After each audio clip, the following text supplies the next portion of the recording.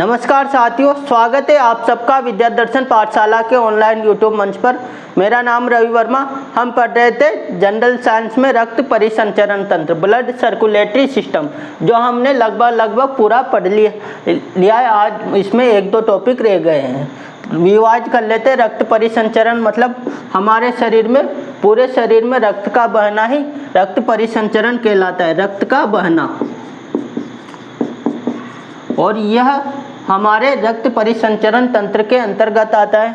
हमने देख लिया पिछली वीडियो में कि रक्त क्यों बहता है। रक्त के साथ में ऑक्सीजन हो गई, न्यूट्रिएंट जितने भी पोषक तत्व व अन्य मिनरल्स, खनिज लवण, ये सब इसके साथ में बहते हैं। और हम जानते हैं कि न्यूट्रिएंट की आवश्यकता हमारे शरीर को, प्रत्येक कोशिका अंग को पड़ती है।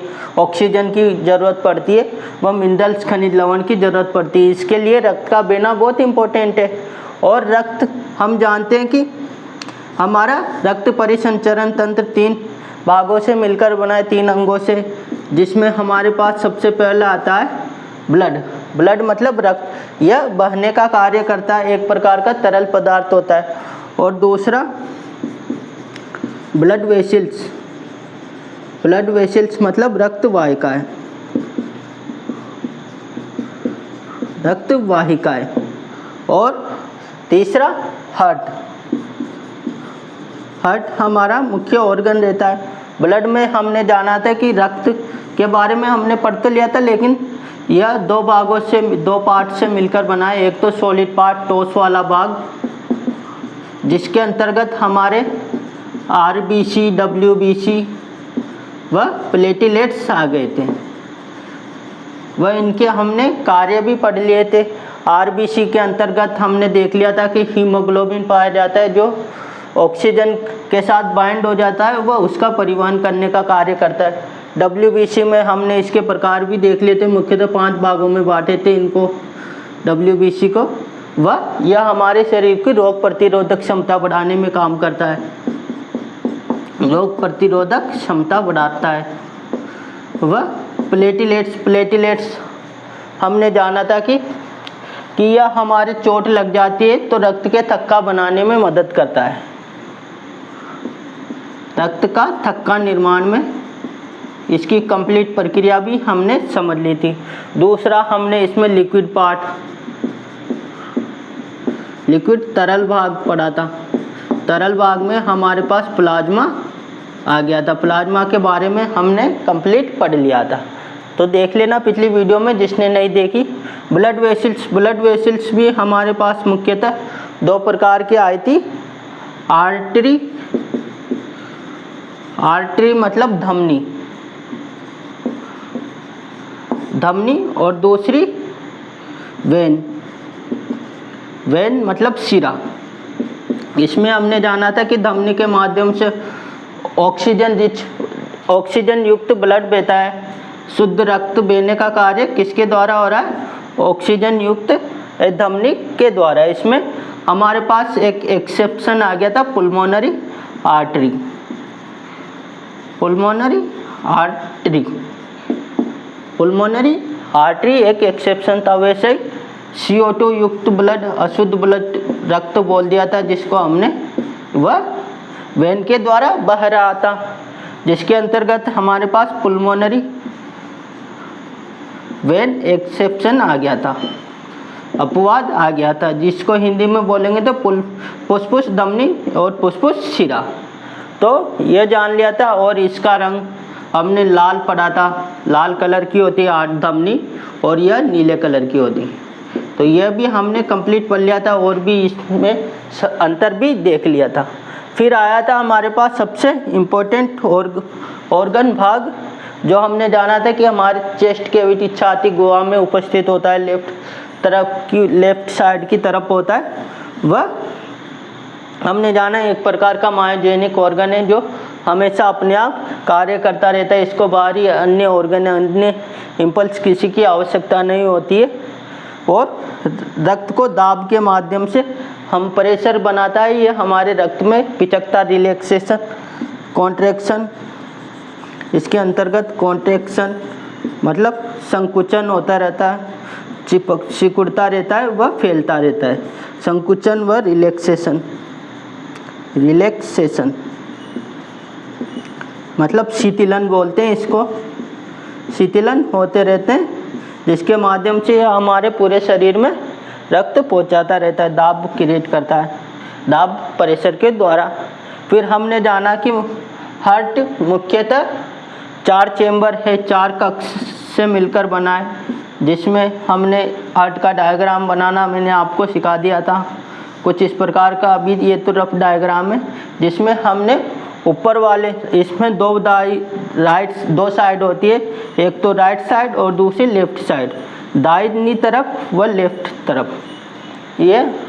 और हमने ऊपर वाले को क्या बोला था, राइट आर्टरियम, राइट आर्टरियम नाम दिया था। तो ये तो लेफ्ट है ना, तो इसको लेफ्ट आर्टरियम, लेफ्ट आलिंद, हिंदी में बोलेंगे तो बाया आलिंद, बाया आलिंद।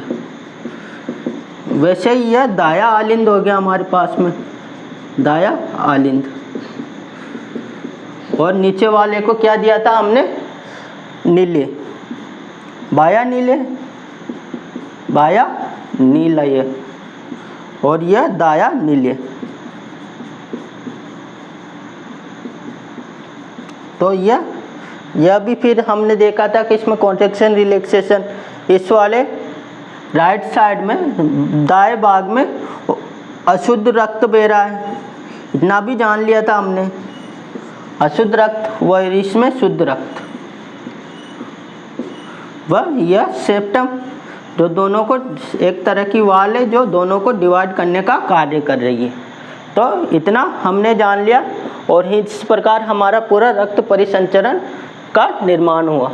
फिर आज का हमारा मुख्य टॉपिक आता है ब्लड प्रेशर। आपने नाम भी सुन रखा होगा, ब्लड प्रेशर।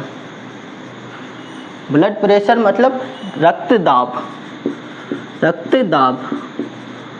अगर आप कभी अस्पताल में या डॉक्टर के पास में गए हो, या तो कभी आपने अपना रक्तदाब, अपना बीपी नपवाई होगी, बीपी डॉक्टर ने मान लो कभी आपको बीपी लिखी होगी या आपके परिवार में से किसी को बीपी लिखी होगी, तो डॉक्टर क्या करता है, एक तरह की मशीन लगा देता है हाथ में, उससे बीपी नापता है।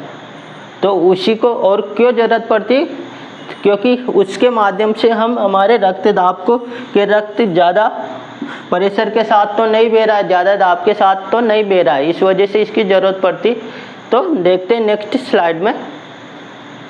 अब आता है अपने पास ब्लड प्रेशर, रक्तचाप। इसके बारे में हम सब जानते हैं, डॉक्टर, कभी आप अस्पताल में गए हो, आपने रक्तचाप का बीपी नपवाई हो, या डॉक्टर ने आपके लिखी हो, आपके सामने किसी व्यक्ति की हाथ की कलाई, हाथ के कंधे पर इस हिस्से में एक मशीन के द्वारा एक बेल्ट लपेट देते हैं और फिर दूसरी मशीन में वो बीपी नापते हैं। तो आज उसी के बारे में जानते हैं, यह आखिर होती क्या है। ब्लड प्रेशर इंग्लिश में बोलते हैं रक्तचाप।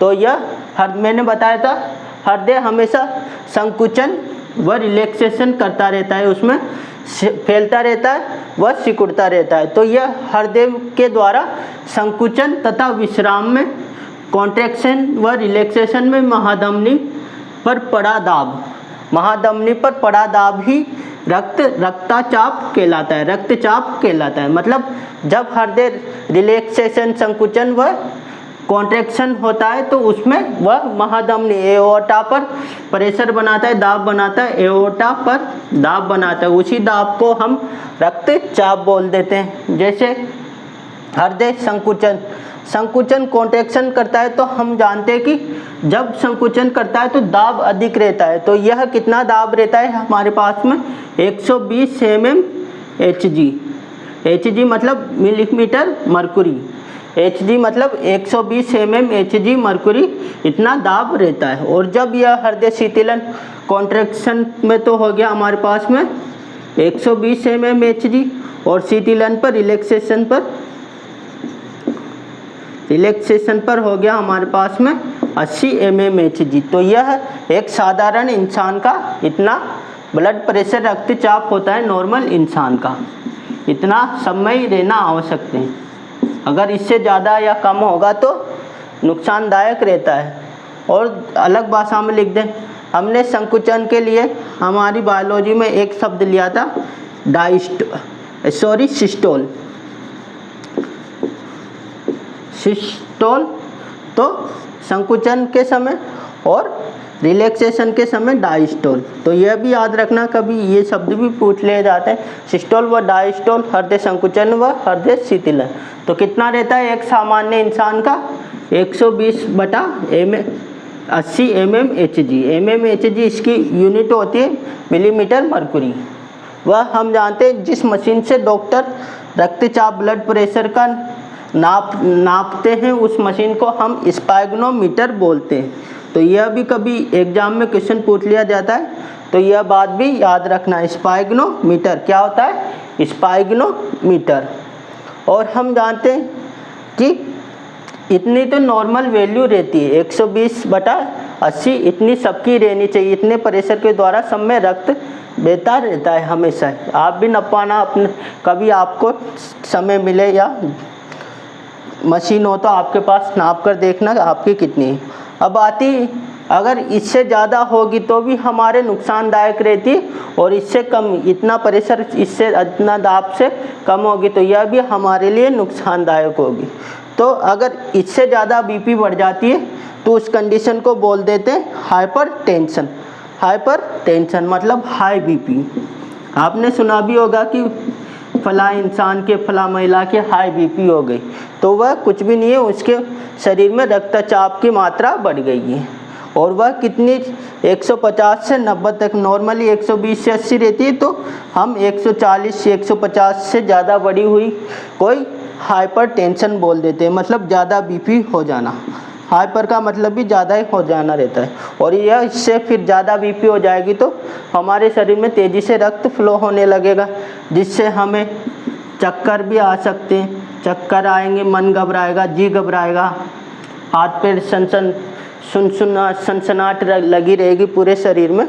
तो इस प्रकार की इसके लक्षण हो सकते हैं। वैसे ही हाइपो का तात्पर्य यहाँ पर कम, मतलब लो बीपी। लो बीपी मतलब लो रक्तचाप। कभी कभी किसी व्यक्ति में, किसी महिला में लो बीपी भी हो जाती है, तो 120/80 से कम बीपी हो जाएगा, जैसे 100 से 60 mmHg इतना रक्तचाप हो जाएगा। इस कंडीशन में भी वही आ जाएगी दिक्कत इसमें। तो चक्कर आते हैं सीधे, शरीर की चलने की कुछ बस की नहीं रहती, कुछ चला नहीं जाता, थकान आती है इत्यादि आती है।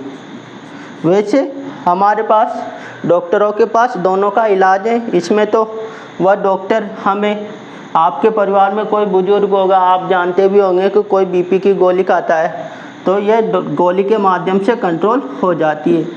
लो बीपी वाले पेशेंट को हमेशा ज़्यादा नमक खाने की सलाह देते हैं।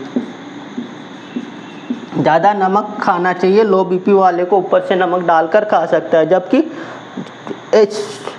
गलत बता दिया, कम बीपी वाले को ज़्यादा नमक खाना चाहिए, जबकि हाई बीपी वाले को तो नमक ही नहीं खाना चाहिए, ऊपर से नमक डालकर बिल्कुल भी नहीं खाना चाहिए, एक बार ही डाल लो जितना नमक। तो दोनों कंट्रोल है। शारीरिक व्यायाम, मानसिक व्यायाम, अनुलोम विलोम रामदेव जी, बाबा रामदेव जी बताते भी हैं, तो वह सब कर इससे बहुत आसानी से हम इस पर नियंत्रण कंट्रोल कर सकते हैं।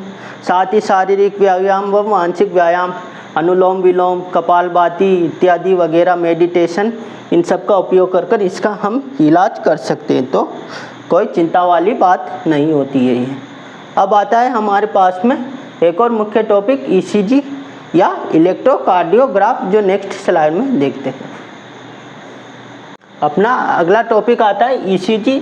पूरा नाम होता है इलेक्ट्रोकार्डियोग्राफ। एक प्रकार का ग्राफ रहता है। आप अस्पताल में गए हो तो डॉक्टर ने कभी किसी व्यक्ति के जांच लिखी है ईसीजी, और वह इस तरह का ग्राफ बनवा कर आया हो, मतलब एक मशीन के द्वारा इस तरह का ग्राफ निकला हो, तो यह जांच क्यों की जाती है? जब आप डॉक्टर के पास जाकर कहोगे कि मुझे चक्कर आ रहे हैं, मेरे दिल की धड़कन बढ़ रही है, मुझे सांस लेने में दिक्कत आती है, तो डॉक्टर क्या करता है? ईसीजी नामक जांच लिखता है, जिससे जिसको बोलते हैं इलेक्ट्रोकार्डियोग्राफ। एक प्रकार का ग्राफ रहता है जो हमारे दिल की धड़कन को, दिल की गतिविधियों को नोट करता है कि हमारा दिल सही प्रकार से कार्य कर रहा है कि नहीं कर रहा है, दिल की गतिविधि के बारे में कि ठीक प्रकार से धड़क रहा है कि नहीं धड़क रहा है, इसमें धड़कन है कि नहीं, इस पूरी गतिविधि को बताने का कार्य करता है। और यह एक प्रकार के ग्राफ के द्वारा होता है जिसको हम बोलते हैं इलेक्ट्रोकार्डियोग्राफ। तो इसकी फुल फॉर्म भी पूछ ली जाती है, इलेक्ट्रोकार्डियोग्राफ मतलब ईसीजी। तो देखते हैं ईसीजी। ईसीजी एक प्रकार का साधारण परीक्षण है, साधारण टेस्ट है जिसका उपयोग दिल की ले, मतलब दिल की ले हार्ट रिदम, दिल ठीक प्रकार से एक, हम जानते हैं दिल में एक कॉन्ट्रैक्शन होता है, एक संकुचन व एक रिलैक्सेशन, एक शीतलन रहता है। इसको हम बोल देते हैं एक हार्ट बीट, मतलब इस पूरे एक चक्र को एक धड़कन बोलते हैं। मैंने आपको पिछली वीडियो में बताया था। तो इसलिए यही दिल की ले है, तो हार्ट रिदम यह ठीक प्रकार से हार्ट रिदम दिल की ले काम कर रही है कि नहीं कर रही, इसके बारे में हमें बताता है। और विद्युत गतिविधि इलेक्ट्रिक सिग्नल की जांच के लिए किया जाता है। इलेक्ट्रिक सिग्नल मतलब वो हार्ट ठीक प्रकार से कार्य कर रहा है कि नहीं कर रहा है, तो वह इलेक्ट्रिक सिग्नल के माध्यम से उसकी जांच की जाती है। इसके अंतर्गत हम जानते हैं कि त्वचा से जुड़े त्वचा पर, हमारी त्वचा शरीर के विभिन्न भागों में, हाथों में, दिल के ऊपर, छाती के ऊपर कुल 12 प्रकार की लीड्स लगाई जाती है। लीड्स लगाई जाती, छोटी पिन के आकार की, कुछ इस प्रकार की चिपका देते हैं। आपने जाकर देखना अस्पताल में, जांच सेंटर जांच करने वालों के पास में, और वह पूरी तार से कनेक्ट रहती है, 12 जगह हाथों में, पैरों में लगा दी जाती है। और फिर एक मॉनिटर स्क्रीन पर, एक कंप्यूटर मॉनिटर स्क्रीन पर कुछ इस प्रकार की ग्राफ बनता रहता है। तो इलेक्ट्रिक अंतर्गत जुड़े सेंसर लगा देते हैं, वह दिल द्वारा हर बार धड़कने पर उत्पन्न विद्युत संकेतों, इलेक्ट्रिक सिग्नल का पता लगाते हैं। वह उसके माध्यम से दिल सही प्रकार से धड़क रहा है कि नहीं धड़क रहा है, इसके बारे में बता देते हैं ग्राफ के माध्यम से। तो ये कुछ हम जानते, हमारे सामान्य मनुष्य का जब विद्युत सिग्नल के माध्यम से दिल की लेकर ग्राफ बनेगा तो कुछ इस प्रकार से आएगा। वह कुछ ये आकार है जिसमें फर्स्ट वाला भाग रहेगा पी वेव बोलते हैं, इस पूरे को एक बार में पढ़ते हैं क्यूआरएस कॉम्प्लेक्स, व तीसरा टी वेव। यह जब हमारे शरीर में दिल के अंदर आर्टिया के अंदर ब्लड रक्त एंटर करता है, अंदर आता है, तो कुछ इस प्रकार का ग्राफ बनता है। फिर रक्त हृदय के अंदर गति करता है तो कुछ इस प्रकार का ग्राफ बनता है, और फिर बाहर निकलता है तो इस प्रकार का ग्राफ बनता है। तो ये हमारा पूरा ऐसे के ऐसे बार बार नॉर्मल ग्राफ बना रहता है। तो ये था इलेक्ट्रोकार्डियोग्राफ। अब आती है इसकी ज़रूरत क्यों पड़ती है। इसकी ज़रूरत क्यों पड़ती है, जब एक तो हमारा हृदय ठीक प्रकार से कार्य नहीं करता है तो इसके बारे में पता लगाने में ज़रूरत पड़ती है। और हम क्यों लगाते हैं, जब हमें मान लो बार बार चक्कर आएंगे, हमें थकान महसूस होगी, तब डॉक्टर लिखेगा। थकान भी क्यों महसूस होगी, जब दिल हृदय काम नहीं करेगा, किसी और रक्त परिसंचरण सही तरीके से नहीं होगा, हाई बीपी लो बीपी में भी ज़्यादा ही दिक्कत रहती है। तो यह इलेक्ट्रोकार्डियोग्राफ ईसीजी जांच लिख दी जाती है। High BP low BP, hypertension व लो बीपी इनमें लिख दी जाती है। और तो कभी हम जानते हैं हार्ट फेल्यूर की समस्या रहती है कि सीने में दर्द हो जाता है, तो सीने में दर्द होता है तो जब भी यही जांच लिखी जाती है, इसके माध्यम से हृदय ठीक प्रकार से कार्य कर रहा है कि नहीं कर रहा है। तो ये हमारा आज का अंतिम टॉपिक ख़त्म होता है। इसी के बाद में एक और चीज़ आ जाती है हार्ट फेल्यूर। हार्ट फेल्यूर आपने नाम भी सुन रखा होगा, इसको बोलते हैं दिल का दौरा।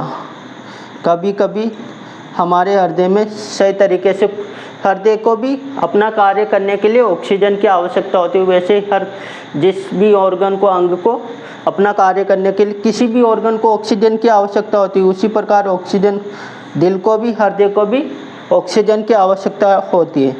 तो कभी ऑक्सीजन की सप्लाई अच्छे से नहीं हो पाती है, हमारी नसों में ब्लॉकेज आ जाता है।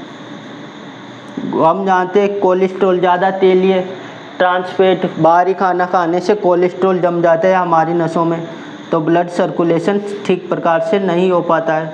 तो उस कंडीशन में हार्ट फेल्यूर आ जाता है, इसमें ऑक्सीजन की कमी आ जाती है, तो हृदय सही प्रकार से कार्य नहीं कर पाता है। तो ये आज हमारा ये पूरा रक्त परिसंचरण यहीं पर समाप्त होता है। आशा करता हूँ आपको क्लास पूरी अच्छे से समझ में आ गई होगी। इस क्लास को ज़्यादा से ज़्यादा अपने दोस्तों, ज़रूरतमंद दोस्तों के साथ शेयर करें व जुड़े रहिए विद्या दर्शन पाठशाला से और हमें सपोर्ट करते रहिए। थैंक्स, धन्यवाद, जय हिंद।